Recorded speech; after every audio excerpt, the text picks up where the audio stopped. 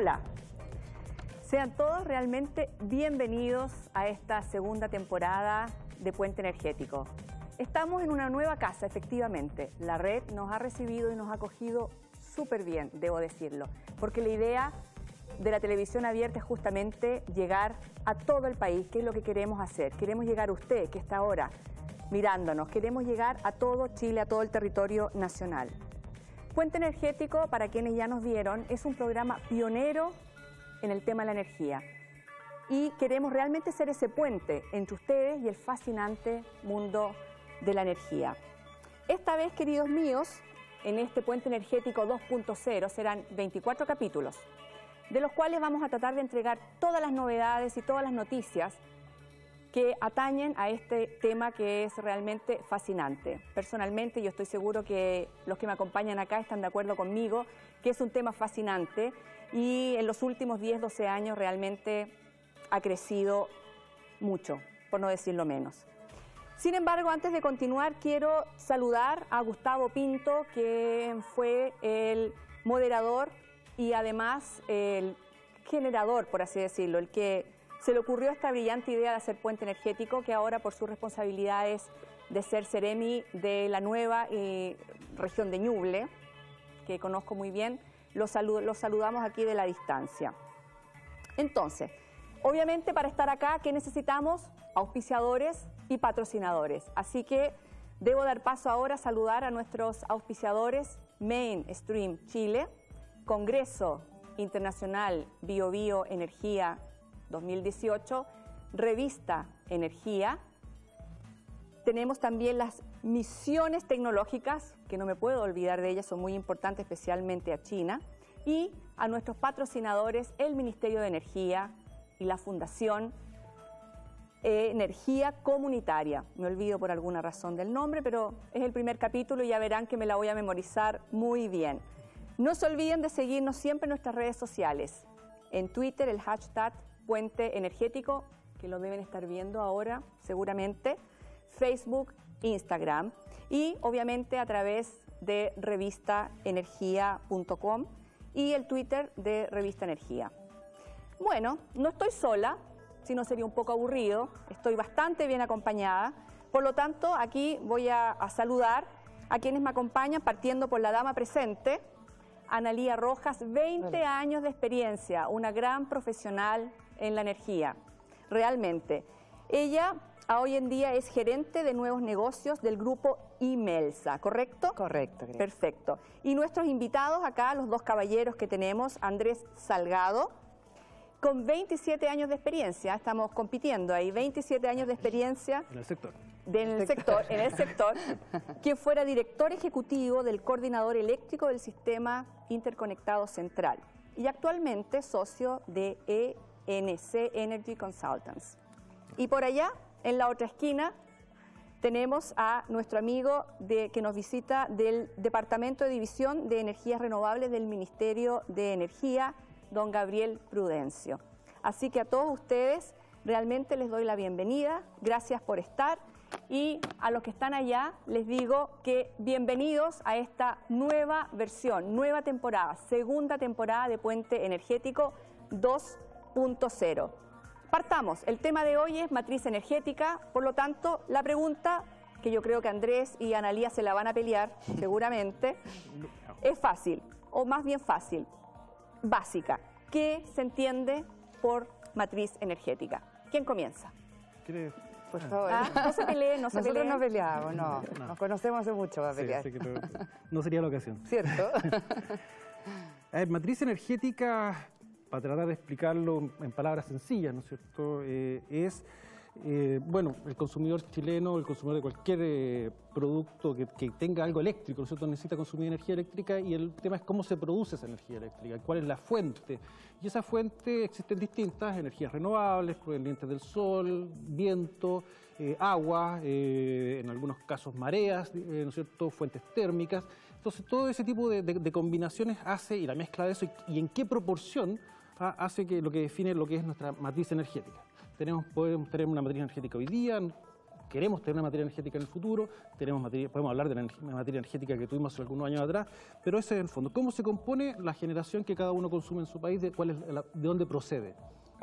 Esa es un poco la definición. Ese es el punto, porque tenemos las renovables, pero también tenemos otras que también forman parte de la matriz. Lo interesante de la matriz energética, y como para hacer una comparación que yo creo que es súper importante y entenderlo en la casa, digamos, cómo esta ha ido cambiando nuestra forma de acercarnos primero al concepto de energía, que yo creo que además este programa tiene como fin, digamos, que la señora en la casa, una persona que se dedica al comercio, alguien que está en la industria, entienda que este es un insumo increíblemente importante en cualquier decisión y proceso productivo o no proceso productivo, en la vida misma, que la gente haga. Y por eso es tan importante entender estos conceptos que para algunas especialistas son muy básicos, pero de verdad que son súper importantes para que la gente entienda cómo tiene que consumir.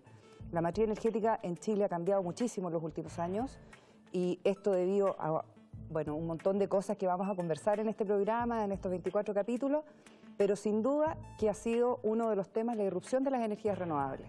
Hace 10 años la matriz energética, o 15 años atrás, yo cuando comencé en el sector, teníamos... Eso, bueno, tu experiencia, cuando tú comenzaste. Comencé yo el año 2000, 2001 en la Comisión Nacional de Energía, y fíjate que de lo que hablábamos en ese momento veníamos saliendo de procesos muy complejos del sector eléctrico, donde habían habido blackouts, cortes programados de energía, y en ese momento el tema de que todos, digamos, los profesionales que estábamos ahí tratando de hacer su trabajo en el sector energético, era cómo resolver la generación eléctrica, o sea, que la gente tuviese electricidad en su casa y que no hubiesen estos cortes. ¿Cuál es el problema en ese momento? Había una combinación entre falta de gas, que era una fuente energética importante de la matriz en ese momento, y también una sequía, que es otro elemento o una fuente tremendamente importante para Chile.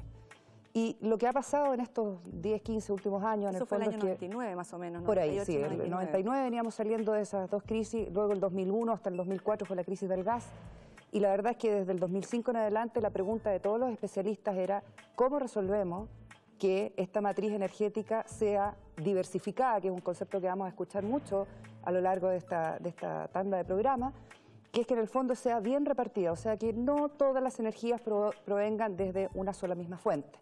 Por lo tanto, el desafío del país, y en eso ha colaborado el gobierno, las empresas privadas, las consultoras, las universidades, sin duda, ha sido cómo se resuelve esta repartición de fuentes, de tratar de ser tan concentrada, o de haber sido tan concentrada en 2 o 3 fuentes, hidroelectricidad, termoeléctrica, que en el fondo es carbón, Para los televidentes me gustaría decir, las termoeléctricas son aquellas que funcionan, como lo acaba de decir Analía, en base al carbón o derivados del petróleo. Así es. Las renovables ya las vamos a conocer, que son el agua, y las eólicas, no convencionales. Exacto. Tenemos las eólicas, solar, mareomotriz, etcétera, geotermia, no me acuerdo de todas, exacto, así de solar. listado. Bueno, y lo interesante, fíjate, cuando yo empecé en el mundo renovable, era un poco una apuesta, era una cosa que nadie sabía cómo iba a derivarse con los años.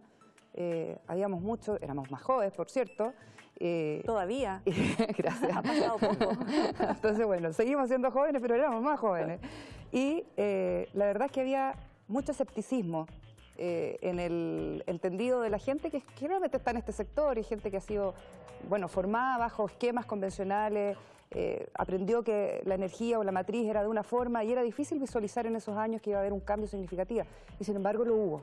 Y lo interesante, yo creo, y para que vayamos conversando en estos programas, es cómo fue cambiando, cómo fue la evolución de eso. Hoy día tenemos una matriz bastante más diversificada. Eso quiero hablar de la matriz, cómo está hoy. Sí. Porque hace 10 años, 12 años, 15 años, de acuerdo a tu experiencia también, Analía, era bastante más hacia el termo, o sea, esa era la dominante.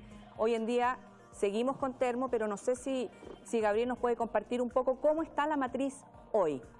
Sí, primero saludar a todos los televidentes primero, y quizás partir diciendo, quisiera ampliar un poco el concepto de matriz energética que se ha hablado. O sea, nos hemos enfocado, y probablemente abordemos durante este capítulo el concepto de la matriz eléctrica, pero en realidad hay que entender de que hay otros consumos energéticos que también caben ser abordados en el concepto de matriz energética.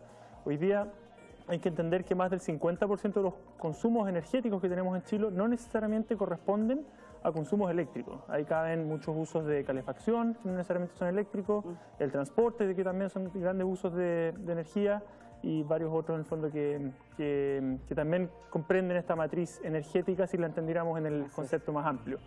Hablando específicamente de la matriz eléctrica, efectivamente se ha dado, como bien se decía antes, en el fondo una transformación importante hacia una integración y una penetración importante de energías renovables, ¿ya? Que son estas energías nuevas, energías limpias, pero hay que entender que en Chile venimos de una vocación histórica de altamente energías renovables también, comprendiendo la energía hidráulica, por ejemplo, como energía hídrica. ¿Ya? O sea, antiguamente teníamos niveles sobre el 50%, hablábamos antes, incluso algunos años sobre el 80%. Disculpa, habían mencionado que el año 95... 92. 92. La generación hidro superó el 90% de la producción, o sea, en el fondo, disculpa la interrupción, pero en particular el año 90, o sea, la década del 90, el 84% de la producción en el sistema integrado central provino de energías hidráulicas. Claro. O sea, y hoy día, en los últimos años, eso ha bajado a un 40%. O sea, de 84% en la década del 90, en estos últimos 6-7 años, el promedio de generación hidráulica es solamente un 40%. Gabriel, ¿podríamos decir que Chile no ha sido un país tan carbonero? No, históricamente, como hablábamos, los últimos 80 años venimos de esa vocación de energías limpias, y en las últimas décadas, en el fondo, se ha hecho un crecimiento, como se hablaba anteriormente, de energías termoeléctricas, que han sido importantes para darle seguridad y, en cierta medida, también quizás economía al sistema, pero se ha visto también que estos últimos años, últimos 10 años, y quizás menos también, se ha visto una penetración muy importante de las energías renovables, especialmente las renovables no convencionales. Y ahí es donde entra la energía solar, la energía eólica, la geotermia también, la biomasa. Son todas energías que antiguamente no se veían como parte de la matriz, pero hoy día se han integrado de manera importante gracias a las fuertes bajas en sus costos y por supuesto también a la integración de estas en la matriz, que se da de una manera efectiva. Quiero interrumpirlos un poco justamente para invitar acá a nuestros televidentes a escribirnos, a comentarnos, a enviarnos preguntas, incluso dudas. Y si algo no entendieron, escríbanos a Twitter o en Facebook, Puente Energético. Hashtag Puente Energético o en Facebook de Puente Energético. Continuemos. Eso tenía que decirlo, porque es importante. Se nos pueden ir ideas, nos entusiasmamos, porque eso pasa, que empezamos a hablar y nos entusiasmamos y nos podemos poner un poquito técnico o nos aceleramos un poco porque, bueno, estamos en la televisión y hay un tiempo acotado. Entonces les pido a que nos escriban y también les pido que si tienen alguna duda, la pregunten y aquí los especialistas les responderemos en los próximos días. Gracias. Así que continuemos. ¿Cómo estamos entonces en comparación? ¿Cómo está Chile? Hablemos de Chile en Latinoamérica. No hablemos del mundo todavía, hablemos Chile comparado con el resto de los países latinoamericanos. ¿Está liderando en el tema energético? Yo diría que de manera importante sí, complementando un poco lo que estábamos hablando antes, entendiendo de dónde veníamos. Hace 10 años teníamos menos del 2% de generación de energía renovable no convencional en Chile, y hoy día estamos hablando que estamos llegando a niveles del 20% y se estima que en los próximos 4 años podríamos llegar a un nivel de cerca del 30% de la generación de energía eléctrica de esas tecnologías. Entonces se da una transformación bien importante. Y lo que cabe destacar también es el caso que se ha dado en Chile, es que esto se ha desarrollado sin grandes subsidios, sin grandes apoyos del Estado, sino que se ha demostrado porque las tecnologías han demostrado ser competitivas y han logrado, gracias a eso, también meterse en la matriz de una manera importante. Grace, pero fíjate que una cosa que es muy importante señalar para entender desde dónde uno parte y dónde uno va. La matriz energética al final tiene mucho que ver con los recursos naturales de los cuales está dotado un país. Exacto. Tenemos nosotros una condición natural del sol, por ejemplo, a propósito de tener un desierto con una gran cobertura y una extensión geográfica que nos hizo afortunados en ese sentido, versus la realidad de otros países que quizás no tienen los niveles de radiación que nosotros gozamos, pero que sin embargo también han ido desarrollando energía solar a propósito de lo que decía Gabriel en relación a los costos de las tecnologías que han sido tremendamente competitivos en los últimos 5 o 6 años y que ha podido en el fondo subsanar o compensar que a pesar de no tener un recurso alto, digamos, naturalmente hablando, sí puede tener una buena generación, una buena producción de desde una determinada fuente renovable. En el caso del viento, de la energía eólica, Chile no es un país que tenga característicamente buenos vientos, como decimos los especialistas, o un recurso eólico alto, excepto por la Patagonia, ¿cierto? Donde hay efectivamente un recurso increíble, pero que sin embargo no está acompañado de condiciones como muy obvias que hay que tener para que se desarrolle un mercado eléctrico, que es que tiene que tener consumo, centros de consumo y también una extensión, digamos, una red de distribución eléctrica apropiada. En ese sentido, Chile no ha sido capaz, digamos, de liderar en lo que es desarrollo eólico, a pesar de que hoy día la principal fuente de energías renovables no convencionales es la eólica, pero el sol y la energía solar ha ido rápidamente superando esa condición que fue la primera que se dio en algún momento. Vamos a mostrar aquí un gráfico bastante interesante donde pueden ver los porcentajes. Nosotros lo que estamos viendo ahí, los hidro, que es la hidroeléctrica y los embalses, en megawatts, capacidad de megawatts, nosotros, estos son del 2017, si no me equivoco. Sí. Esta es la última información que también tenemos. Tenemos 3.400 megawatts en hidro de pasada. Diferenciemos bien breve, o sea, yo lo entiendo. Explíqueme bien breve lo que es el embalse y lo que es de pasada a nuestros televidentes. Sí, el hidro pasada es el agua que tú la tomas de un río y la generas inmediatamente sin posibilidad de hacer nada, o sea, de no almacenarla. En cambio, el embalse, además construye un embalse para poder embalsar el agua y usarla en aquellos momentos en que el sistema lo requiere más. Lo puedes requerir para el día, para algunas horas del día que hay mayor demanda, o para una semana que tenga más demanda, entonces el embalse es como una especie de batería. El almacenamiento natural. Perfecto. Natural. Con esa aclaración volvemos al cuadro que teníamos.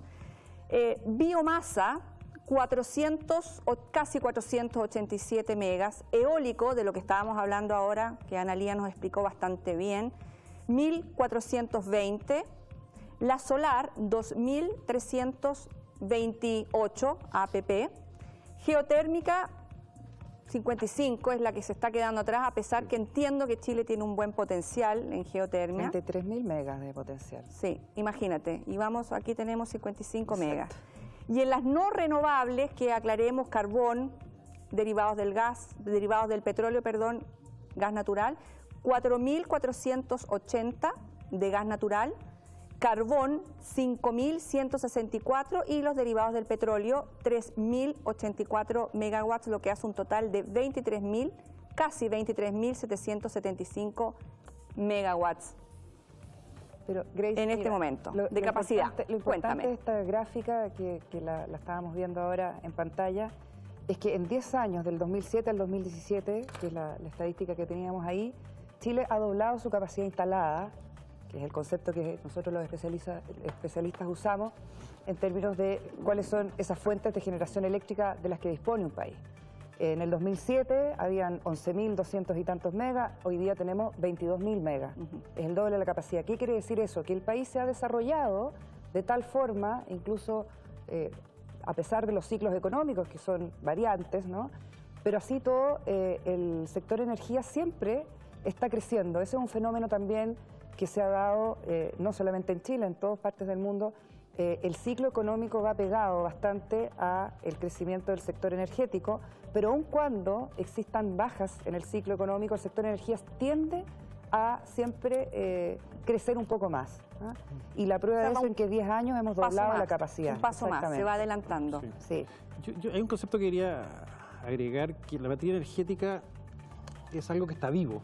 Exacto. Y que no hay que pensar que es algo que está ahí. Exacto. Gabriel muy bien lo dijo, hace años teníamos mucha generación hidráulica en la década de los 90, pero también tuvimos nuestros problemas, hubo sequías y tuvimos 2 episodios de racionamiento en Chile que hicieron cambiar la matriz de energía y nos fuimos al gas natural. Porque el gas natural, fuente térmica, permanente, gas que venía de Argentina, entonces llevamos la matriz a una matriz más segura, no renovable, pero sí segura. Diversificada. Claro, ¿qué pasó? Que bueno, nos quedamos sin gas, por ahí en el 2005, y con muy poca posibilidad de generación propia, porque estaba toda la matriz diseñada, que todo se iba a hacer en base a gas, y de un día para otro nos quedamos sin gas natural, así que empezó... ¿Por qué? porque en Argentina... Hay que explicarlo porque claro, es importante, eso es histórico. Claro, el gas era importado de Argentina, se construyeron unas tuberías, gasoductos que traían gas directamente de Argentina, y Argentina dejó de exportar... 5 gasoductos. 5 gasoductos, y Argentina dejó de exportar gas a Chile, así que nos quedamos con unas plantas detenidas, digamos, sin capaz de generar.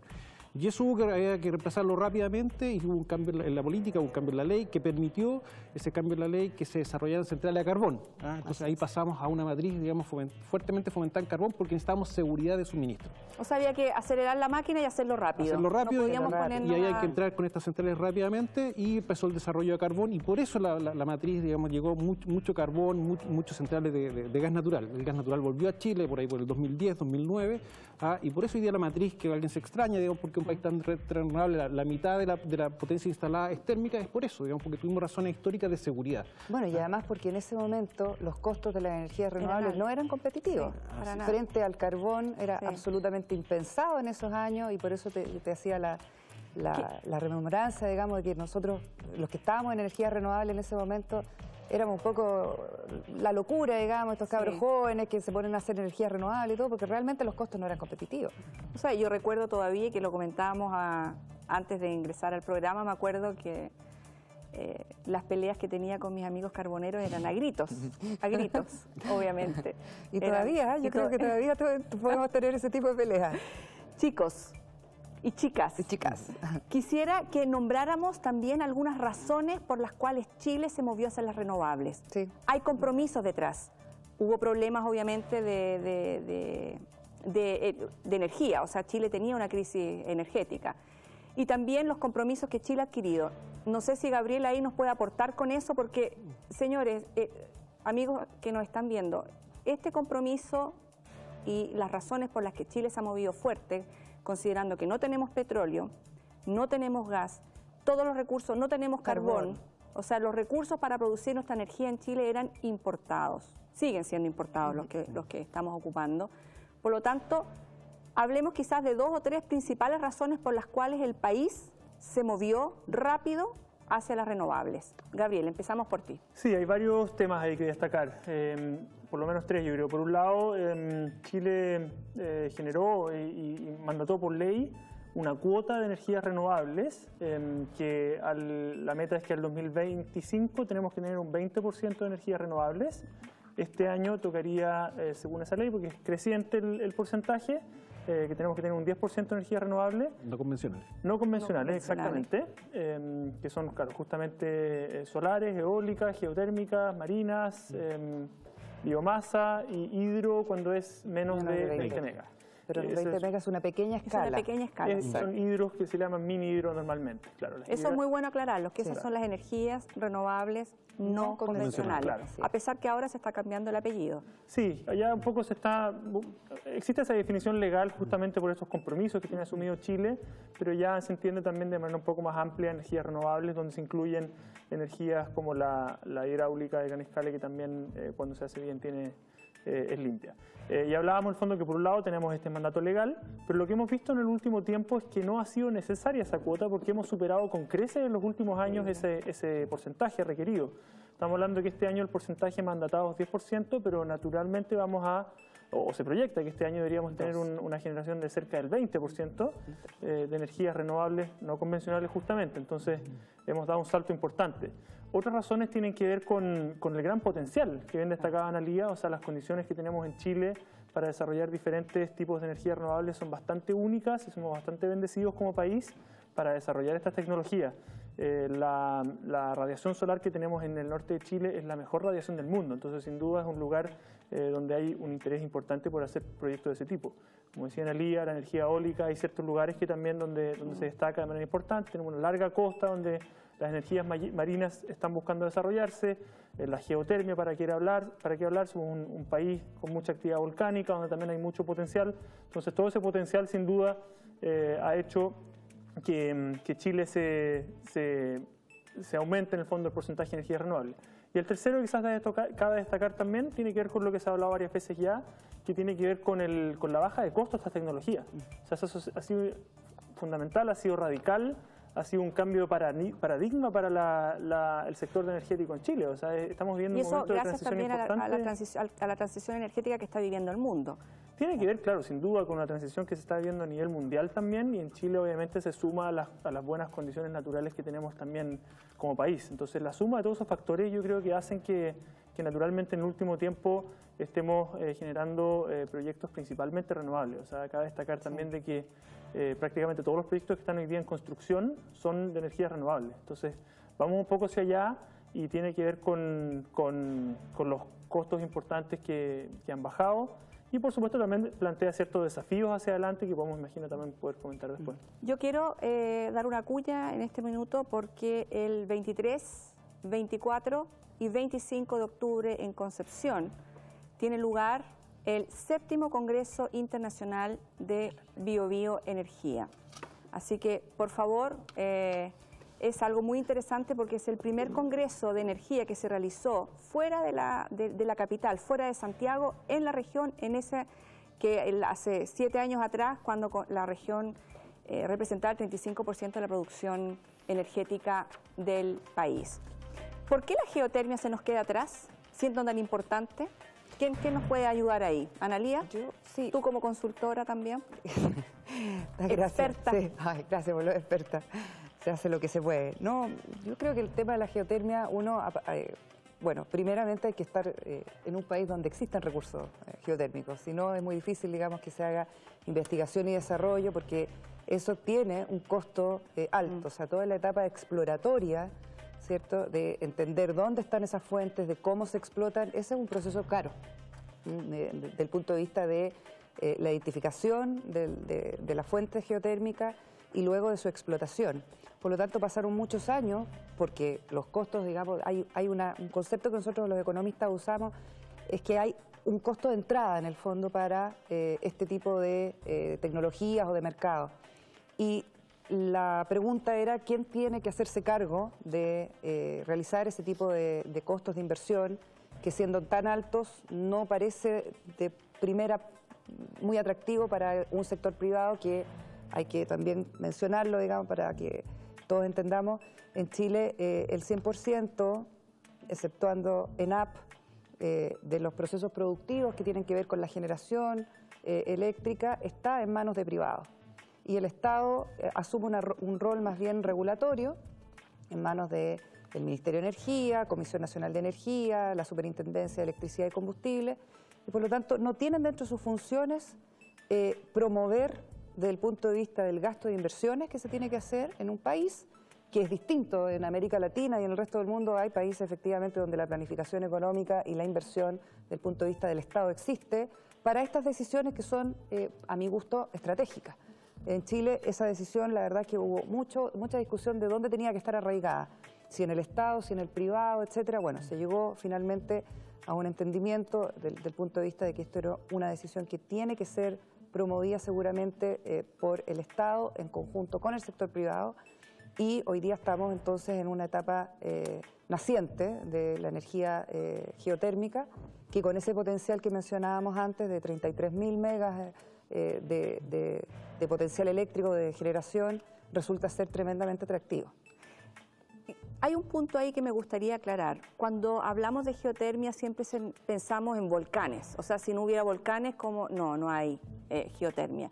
Y sería bueno aclarar que la geotermia no requiere solo volcanes, o sea, es simplemente lo que está debajo de la tierra.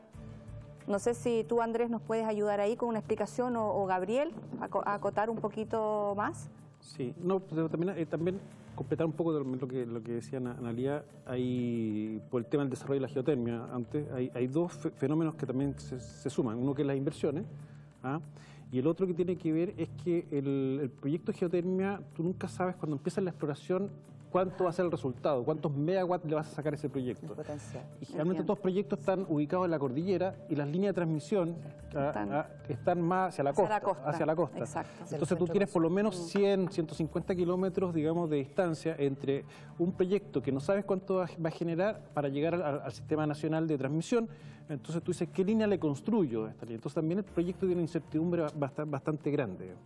Ahora, sin duda, en Chile el beneficio, efectivamente, que es un país volcánico, digamos, y eso hace, digamos, que en el centro de la Tierra, digamos, hay un magma que de alguna manera calienta el agua, el agua que se infiltra cada vez que llueve, entra agua a la Tierra, esa agua de alguna manera se almacena y se acumula y genera un vapor importante de agua que está ahí, lo único que quiere es salir, digamos. Entonces la idea es hacer una perforación que no es barata, es equivalente a una perforación minera, una perforación petrolera, digamos. O sea, hay un trabajo técnico mucho más complejo. Sí, de llevar primero los equipos a la cordillera, que son equipos bastante complejos y pesados, y hacer una perforación te puede costar varios millones de dólares, digamos, para saber si encuentras el recurso. Y ese recurso es encontrar vapor. Vapor que obviamente después tienes que, para que no pierdas la calidad del pozo, tú generas el vapor y lo tienes que volver a inyectar al fondo de la tierra, digamos, para que la reserva que encontraste se mantenga. Perfecto. Ok, bueno, yo quiero recapitular un poco para aquellos televidentes que se han integrado ahora a ver a través de la red esta segunda temporada de Puente Energético, programa pionero en el tema, que estamos ahora en nuestra segunda temporada con nuestros invitados acá, que es Analía Rojas, tenemos a Gabriel Prudencio y acá conmigo a Andrés Salgado. Vamos a seguir conversando de la matriz eléctrica, que es lo que nos convoca ahora, y nos gustaría un poco, quedamos con cómo se encuentra Chile respecto a otros países, nos quedamos un poco en Latinoamérica, nos desviamos porque, de nuevo, el tema es fascinante y tiene muchos flecos. Y los invitados son desordenados. Y somos desordenados, no, mentira. Son muy ordenados. Lo que pasa es que de pronto hay que hacer la pregunta de rigor que va ahí. Pero volvamos de nuevo, porque creo que tenemos que enorgullecernos de lo que ha hecho el país en el tema energético. Y hablemos ahora de Chile en relación con el mundo. ¿Quién se lanza? Yo decir dos cosas. El tema de la matriz energética y cómo está evolucionado hacia esta tendencia renovable es un fenómeno mundial. Chile se embarcó efectivamente en el tema renovable desde el 2007, 2009, podríamos decir que fueron los primeros signos, digamos, de una instalación más masiva que pequeña, de pequeña escala en el tema renovable. Pero en Europa y en Estados Unidos, evidentemente, las energías renovables penetraron antes, pero eso tiene mucho que ver con una decisión de política de Estado, que es distinta a la que nosotros tomamos aquí en Chile, que es que estas energías fueron fuertemente subsidiadas, y fueron subsidiadas desde el punto de vista de la producción y también desde el punto de vista del consumo. O sea, de alguna forma recibían dos subsidios, ¿no? Era fácil subsidiar al productor de la energía y era fácil subsidiar, o había una decisión política de subsidiar el consumo de la energía. Por lo tanto, independiente de la dotación de recurso natural, renovable que existiese en un determinado país, en Europa, por ejemplo, en Alemania, a mí siempre me gusta hacer la referencia de la radiación solar en Alemania. Muy baja. Que es baja o no tiene mucha diferencia con la que nosotros podemos tener en el sur de Chile, en Temuco, en Osorno, en fin. Y sin embargo, ¿qué pasó en Alemania en los últimos 15 años? El boom de la instalación no solamente de parques de generación fotovoltaica de gran escala, sino también a pequeña y generación distribuida, que es un concepto que vamos a aprender en el programa exacto de qué es lo que se trata. Los techos en la casa, la gente que produce su propia energía, eso se llama generación distribuida. Bueno, en Alemania y en Holanda y en Bélgica y en todos los países que de alguna forma nosotros llamamos del norte de Europa, hubo un impulso muy grande y hoy día la realidad es que hay una capacidad instalada bastante importante de energía solar. Entonces, es bueno entender que esos subsidios quizás en un primer momento le prendieron motor a un mercado que de otra forma no habría surgido, ¿ya? Nosotros tomamos un camino distinto, hicimos las cosas mucho más del punto de vista de mercado, competitivo, de que los costos realmente se reflejasen en competencia y que aquella tecnología que es más barata fuera la líder de alguna forma, y el resultado de nuestra matriz hoy día es esa. Pero es importante entender que no todos los modelos se comportan igual. Sí, aquí hubo alguna presión o hubo algún intento de que existieran subsidios hacia las renovables. Yo te ¿O diría, fue poco? ¿O se dejó al mercado cómo sí, funciona? Yo creo que el modelo está bastante claro. Aunque dicen el subsidio del sol que tenemos, los vientos, subsidio natural. el subsidio natural que existe. Lo que pasa es que ocurrió otra cosa por el año 2010-2011, es que también hubo varios proyectos que se atrasaron y también se acuerdan que hubo un boom de la dificultad para materializar los proyectos. Eso hizo que muchas inversiones se retrasaran y en el mercado spot, los costos marginales, donde se transa la energía hora a hora. Mercado spot, explicarlo. Hay un mercado en la cual las empresas generadoras transan energía hora a hora y de ahí salen las transacciones y las ventas a los clientes. Y en ese mercado los precios subieron bastante, sobre 100, 150 dólares, y que también eran precios por sobre o más altos que lo que costaba el desarrollo de las energías renovables. Entonces también eso le abría un poco la puerta para poder entrar directamente a este mercado chileno, en el cual los precios pasaron por muy buen momento. Y después hubo la tendencia a la baja, entonces primero entraron a muy buenos precios y después a nivel internacional el costo de desarrollo de estas tecnologías bajó bastante. Ahora, yo creo que es importante también para entender el concepto de cómo esto se desarrolla. Parece que siempre el mercado va un poco más rápido que la regulación. Y lo que termina pasando en relación a otros países es que, independiente de las políticas públicas que cada uno de los gobiernos o las políticas de Estado que se acuerden, al final, esto de que la gente decide a propósito de lo que, primero, le parece más conveniente. Segundo, porque hay una conciencia mayor cada vez en que el consumo eléctrico, el consumo energético de nuestras casas, de nuestros hogares, todos queremos y estamos cada día más abiertos y más compenetrados con la idea de que tiene que ser sustentable. Sustentable, ¿qué quiere decir? Que en el fondo sea una combinación de decisiones de consumo que no dañe el medio ambiente, que no sea tremendamente disruptivo. Hay muchísimos aspectos que puedo dejar fuera en el fondo, pero lo que quiere decir es que el consumidor está cada día más consciente de qué tipo de consumo quiere tener. Y en el resto del mundo y en países quizás más avanzados, la conciencia desde donde uno consume es mucho más visible, es mucho más patente. La gente está preocupada, así como está preocupada del etiquetado, por ejemplo, de eficiencia energética que tienen algunos productos, también está preocupada desde dónde provienen sus fuentes energéticas que tienen en su casa, en su domicilio. Cuando yo prendo la luz, me gustaría saber si ese porcentaje viene de energías renovables, viene del carbón, viene de otra energía. Y ahí yo creo que la gente está cada día más empoderada para hacer que el mercado en el fondo reaccione a lo que ellos estiman que es una buena decisión de consumo. De eso también vamos a hablar en los próximos programas. Gabriel, un poco, yo también mencioné hace un rato atrás, dije la matriz eléctrica, porque tú especificaste que una cosa es la matriz eléctrica y otro es la matriz energética del país. Aclaremos esas finezas del lenguaje, sería muy bueno. A ver, la matriz eléctrica podríamos decir que es un subconjunto de la matriz energética. ¿Ya? O sea, la matriz energética, además de tener el mundo de la electricidad, tiene otros usos térmicos directos, que pueden ser calefacción, por un lado, el uso de la leña. También tiene que ver con usos térmicos directos, o sea, usar el calor para ciertos procesos industriales. La minería tiene bastante de eso. Entonces, resumiendo, teníamos el térmico, teníamos el eléctrico y también tenemos un tercer sector que es importante, que es el transporte. Ahí obviamente también hay consumos importantes de electricidad, que hoy día es principalmente benzina y diésel, pero también ahí se está viviendo una transformación importante que quizás en otro programa se puede ahondar también, que tiene que ver justamente con el proceso de la llegada de la electromovilidad, que está llegando con fuerza a Chile también. Vamos a hablar, sí, de la electromovilidad porque es un temazo, o sea, eso es... De hecho, el transporte es uno de los principales consumidores energéticos del país. El transporte. Sí.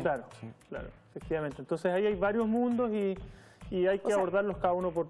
La matriz energética es la matriz eléctrica, tú hablas de la calefacción, del transporte. Yo creo que esos son como los principales. Esos son los principales que está industria. Y la industria. Claro, que usa... Sí. Ahora, para hablar de matriz energética en el país. Sí, pero fíjate que también es importante para que, yo creo que son conceptos que uno tiene que ir educando. Es increíblemente importante entender cuál es la matriz energética en nuestras casas, en el domicilio. Muy importante. Hay un concepto, uno cree que estos son temas de los grandes generadores, de la industria. No, nosotros en la casa también tenemos una proporción de energía que se dedica a distintos usos y eso también nosotros podríamos decir que es una matriz de consumo. Entre el 11 y el 12% de esa matriz eléctrica que de matriz energética, perdón, de consumo calórico energético se llama. En nuestra casa el 11% es luminaria y electrodoméstico. Y en cambio, luminar, la luz, electrodoméstico, el hervidor del agua, la tostadora, el secador de pelo, la lavadora, etc. Todo. Pero fíjate que el 21% del consumo energético de un hogar es calefacción. Bastante. Entonces, cuando uno dice, mire, queremos ser eficientes energéticamente y vamos a cambiar todas las ampolletas de la casa. Bueno, muy buena, o sea, celebro esa idea, pero eso de alguna forma se enfoca en ese 11% de ese consumo energético domiciliario.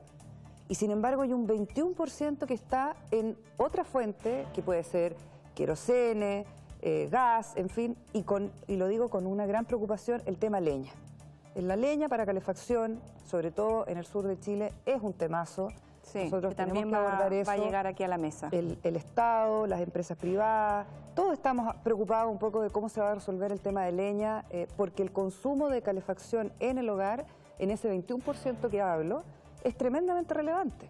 No solamente el tema del gasto de la luminaria, la luz, de lo que te decía yo de los electrodomésticos, también es el tema de la calefacción. Claro, complementando un poco, por eso es muy importante no solo movernos hacia energía más limpia, sino que abordar con fuerza el tema de la eficiencia energética también es muy relevante para el país. O sea, no hay energía más limpia que la que dejamos de consumir. Así que en ese sentido la eficiencia energética tiene un rol muy importante, por supuesto. Un minuto, por favor, Puente Energético, Twitter, hashtag Puente Energético. Síganos con eso, véanos en las redes sociales. Envíenos sus preguntas, sus dudas, que la idea es poder respondérselas en un plazo, no hoy, no le digo hoy, pero en un breve plazo. Gabriel, sí, vamos a quedar conectados, eso es bueno, los vamos a cuidar, pero con tiempo. Exacto. Gabriel, ¿qué está haciendo hoy en día el Ministerio para tener una matriz 100% renovable, para llegar a esa meta? A ver, el gobierno tiene políticas de largo plazo establecidas, que se establecieron a través de un documento que se llama Energía 2050, donde establecemos metas al 2035 y al 2050. Las metas de Chile son al 2035 tener un 60% de energías renovables y al 2050 70% de energías renovables. Para eso sin duda hay que avanzar de manera importante y las proyecciones indican de que vamos a avanzar hacia allá efectivamente. ¿Qué temas estamos abordando efectivamente como ministerio? Yo creo que es importante seguir trabajando en reconocer las barreras que puedan tener las diferentes tecnologías, buscar removerlas, por supuesto, para que todas las tecnologías puedan competir y efectivamente las energías renovables que han demostrado ser competitivas puedan entrar con fuerza en el mix y que se cumplan esas proyecciones que estamos viendo.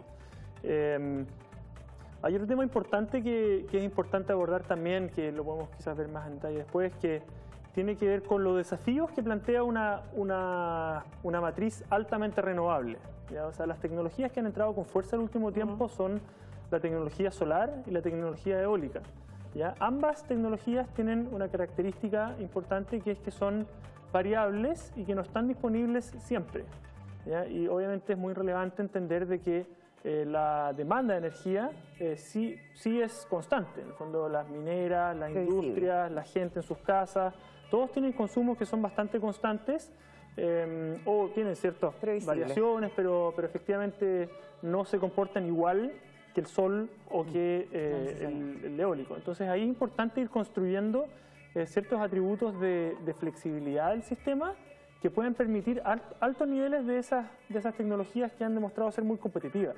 Y eso se aborda de diferentes maneras. Hay que estar atento que puedan entrar también las tecnologías de base, que pueden ser renovables efectivamente también. Ahí está justamente la geotermia, que haciendo un paréntesis, quizás ahí también se hablaba de que la geotermia ha quedado atrás, pero cabe destacar que ya hay proyectos de geotermia en Chile que están operando y funcionando.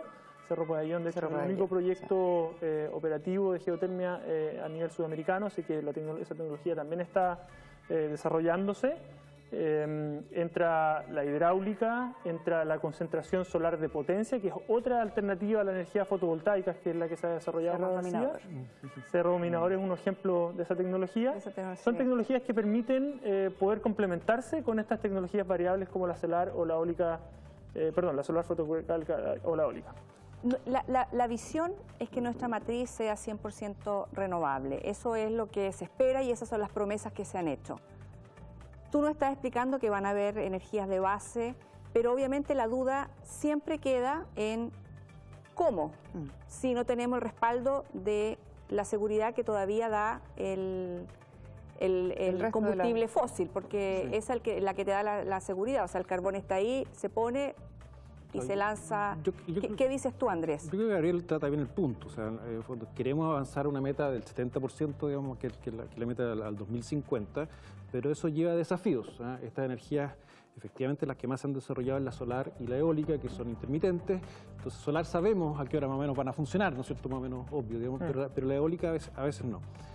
Entonces, ¿cómo complementamos eso? ¿Cómo transitamos a una matriz que pueda ser lo más eficiente, segura y renovable?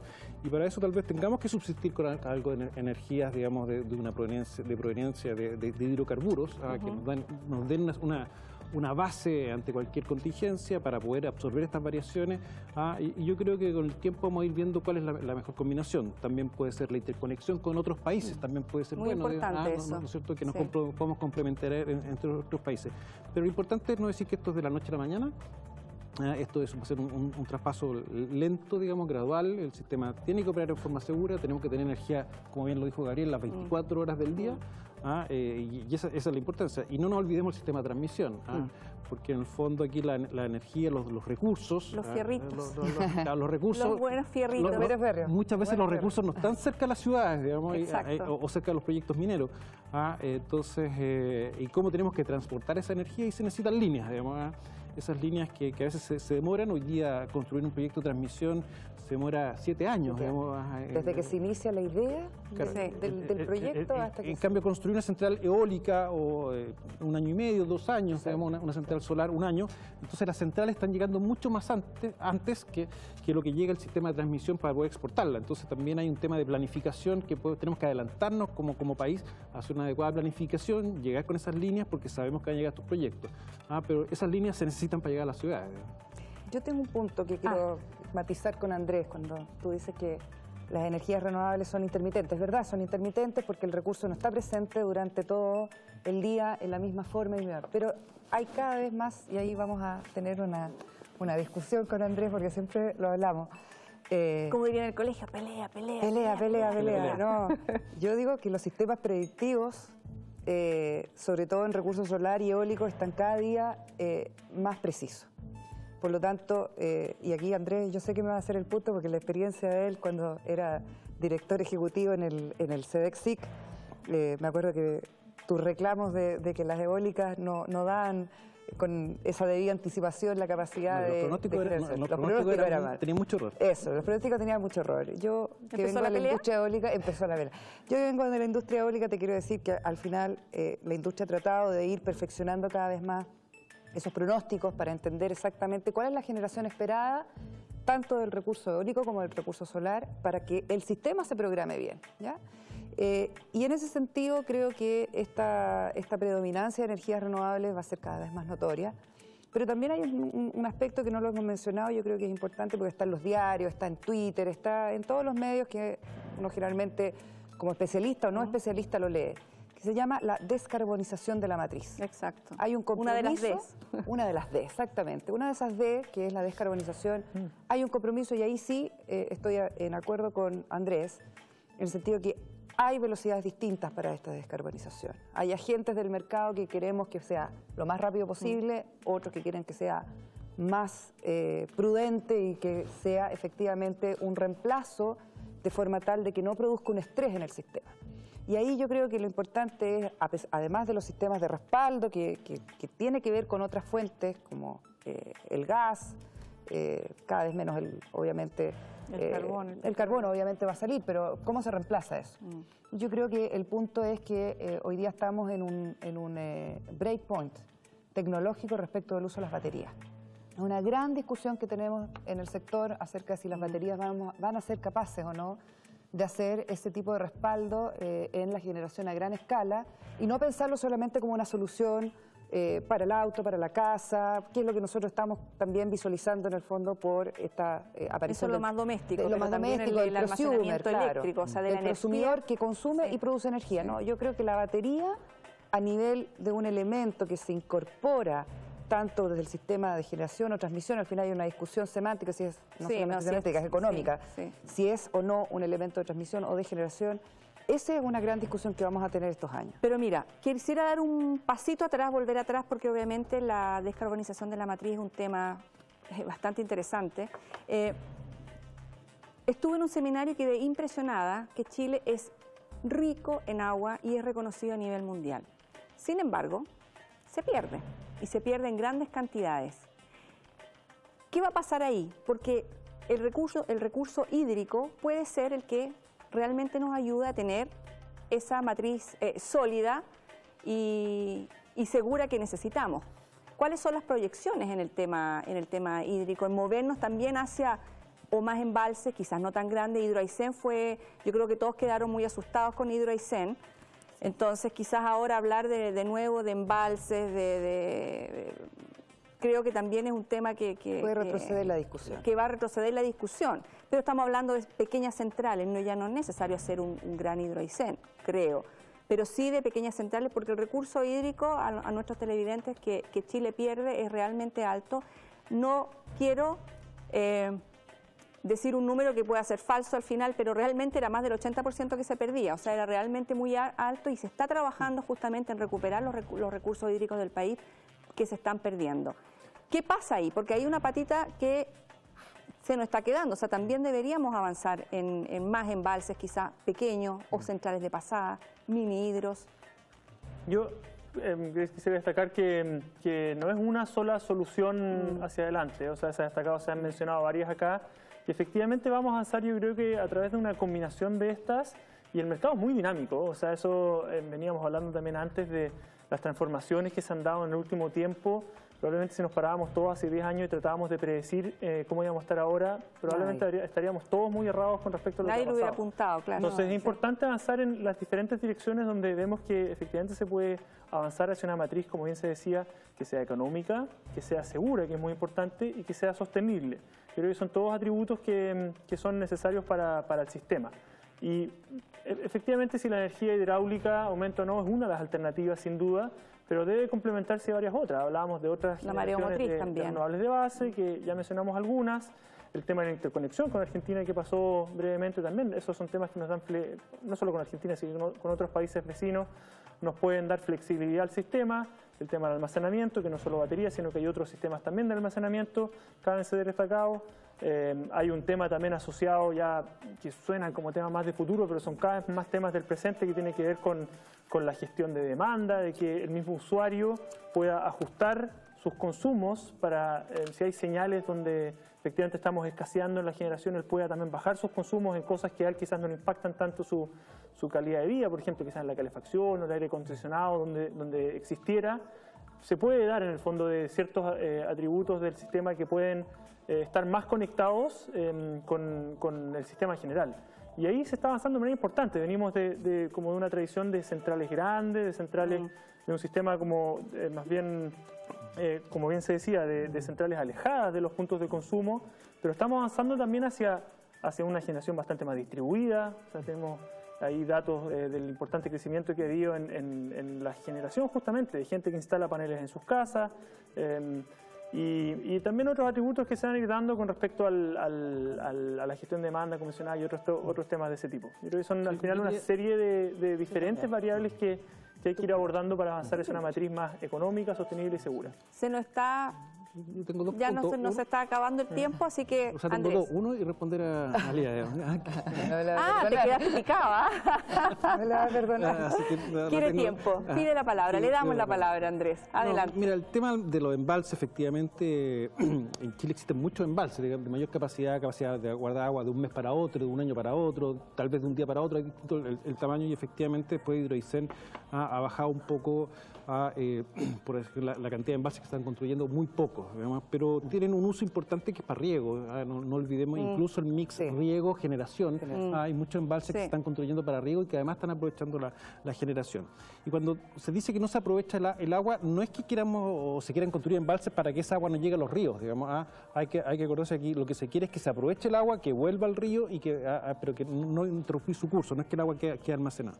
Y lo último, para contestarle aquí a Analía, que efectivamente yo siempre fui un crítico de los pronósticos de renovables, pero efectivamente han ido mejorando, así funcionaron las críticas, pero lo importante es cuando detectamos que esa energía para mañana no vamos a tener energía eólica o no vamos a tener energía solar porque va a estar nublado, ¿con qué la reemplazamos? Ese es mi punto. Sí. Y tener la capacidad del sistema de responder, oye, en 5 horas más nos vamos a quedar sin energía solar, ¿con qué la reemplazamos? Yo creo que también tenemos que imaginarnos algo. O sea, ahora nos queda muy poco tiempo, realmente me tengo que despedir aquí a mis compañeros de mesa, pero yo creo que tenemos que imaginarnos. La tecnología quizás, no sé, hoy en día los paneles solares, exacto, en el sentido que no funcionan las 24 horas o que la radiación no es de 24 horas, pero llegará el minuto en que a lo mejor van a ser paneles y almacenamiento en conjunto. Y como decía Gabriel, poner muchas tecnologías para eso. Exacto. Todo tiende al mix, eso es todo verdad. tiende al mix. Al mix y a la diversificación. Por Un eso minuto para soñar. La matriz está bien. La matriz está bien. Les doy un minuto para soñar. Ya. Soñemos. ¿Cómo ven Chile en 100 años o 50? No seamos esa tan pregunta. así. Pero corto, breve, Dale. porque nos queda bien poco. Yo quisiera destacar brevemente, yo creo que hay que avanzar hacia la modernidad, en el fondo, el tema energéticos también. Hemos avanzado de manera importante en muchos aspectos de la sociedad. Yo creo que es importante que demos un salto importante también a la modernización del sector energético y avanzar hacia temas de futuro también.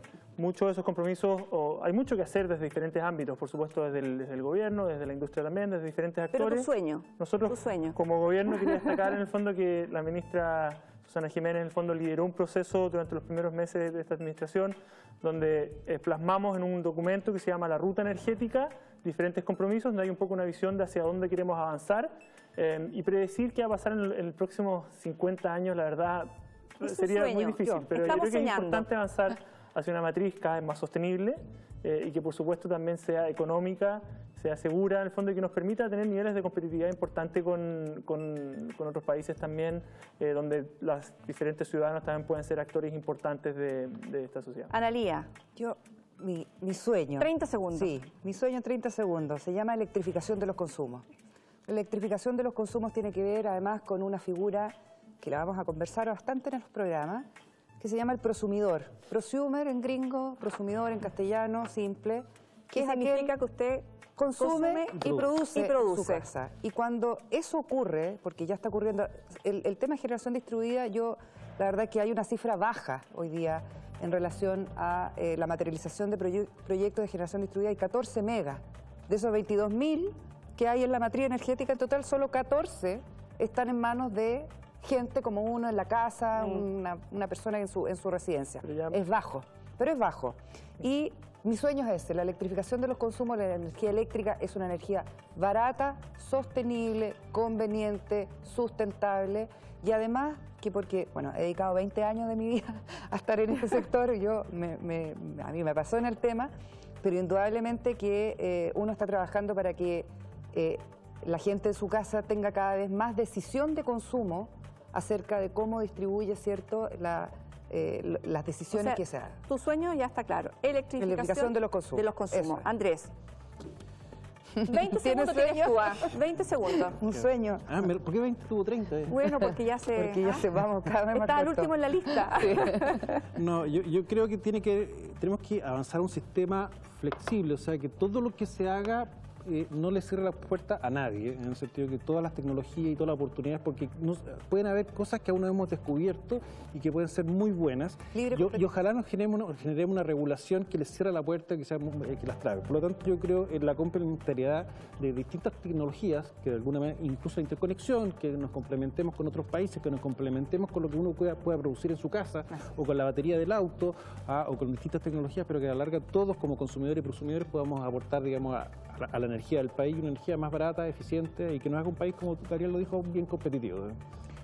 Bueno, increíble pero cierto, se acabó este primer capítulo de la segunda temporada de Puente Energético. Estamos realmente 2.0 en un súper escenario, en nuestra nueva casa. Estamos, nos están viendo en todo Chile, eso me emociona. Sí. Quiero decirles y recordarles que el 23, 24, 25 de octubre en Concepción, el Congreso Internacional Bio-Bioenergía. Por favor, inscríbase, visite la página web que es biobioenergia.cl. Agradezco acá, bueno, a Analía, que nos va a seguir acompañando, sí, aquí nuestra dama presente, y me encanta también eso, que estemos mujeres, sí, en la energía, que sea parejo. Agradezco aquí a Gabriel Prudencio del Ministerio de Energía y a nuestro amigo Andrés Salgado. Lo más probable es que nos veamos de nuevo. Mientras tanto, a nuestros televidentes los dejo súper invitados para el segundo capítulo de Puente Energético. Así que me despido y muchas gracias por acompañarnos. Muchas gracias a ustedes. No, gracias por la invitación. Muchas gracias.